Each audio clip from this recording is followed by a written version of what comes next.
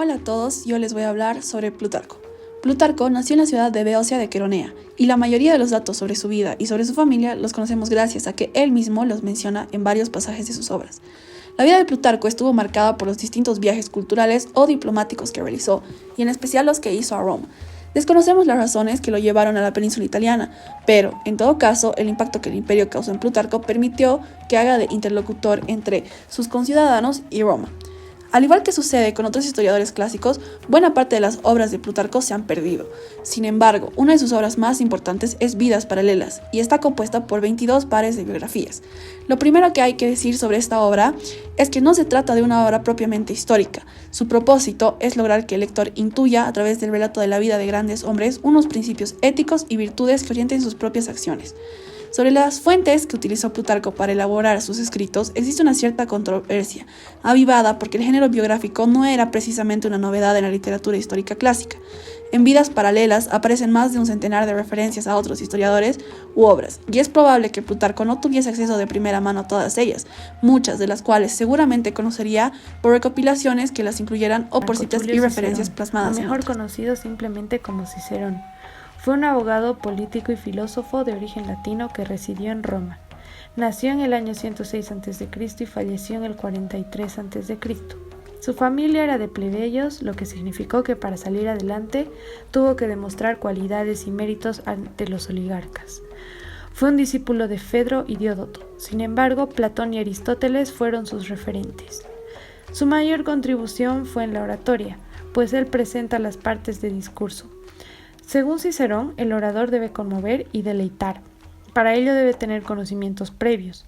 Además, lo que el orador debe decir es muy importante, ya que debe tener intención y acción. Pero también es importante el modo en el que lo dice, por lo cual la elocución y la acción son importantes.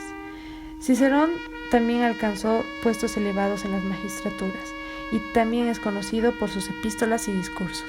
Y hoy les presentaré a Tito Livio. Pero, ¿quién era Tito Livio?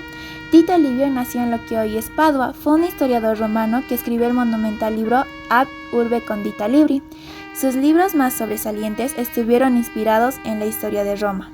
Ad Urbe Condita, que significa desde la fundación de la ciudad, fue uno de los libros más destacados de Tito Livio. Sus características más resaltantes fue que Livio interpretaba la psicología de sus personajes y mostraba interés por la Roma republicana.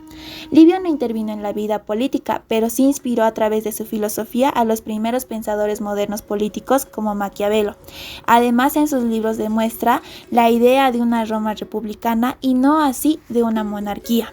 También Maquiavelo fue crítico de la filosofía política de Tito Livio, donde rescata la defensa de la república y las recomendaciones hacia los gobernantes sobre su deseo de conquista. Lucio Anneo Séneca, llamado Séneca el joven para distinguirlo de su padre, fue filósofo, político, orador y escritor romano conocido por sus obras de carácter moral. Su pensamiento era que la sabiduría y virtud son la meta de la vida moral, lo único inmortal que tienen los mortales. La sabiduría consistirá, según la doctrina estoica, en seguir a la naturaleza, dejándose guiar por sus leyes y ejemplos. Obedecer a la naturaleza es obedecer a la razón y poder de este modo ser feliz. Su principal aportación fue en el área de la ética, tratando de prescribir las normas y modos de actuar, lejos del vulgo y los vicios para cuidarse uno mismo, ser útil a los demás y tener un buen vivir sin temer a la inexorable llegada de la muerte.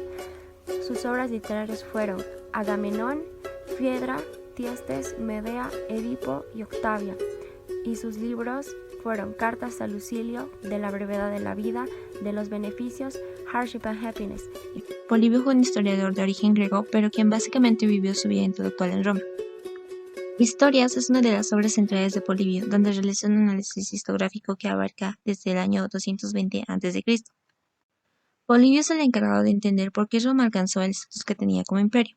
La constitución romana tenía una constitución mixta que tenía elementos de los tres tipos de gobiernos: monarquía, aristocracia, democracia o república. Estos eran aceptados como legítimos tomando lo mejor de cada uno de ellos, es decir, una adecuada centralización del poder, una adecuada participación de las capas altas de la sociedad y la representación del pueblo romano. En la historiografía de la antigüedad, Polibio tiene un lugar de suma importancia debido al modo en que concibe la historia y por su manera de interpretarla.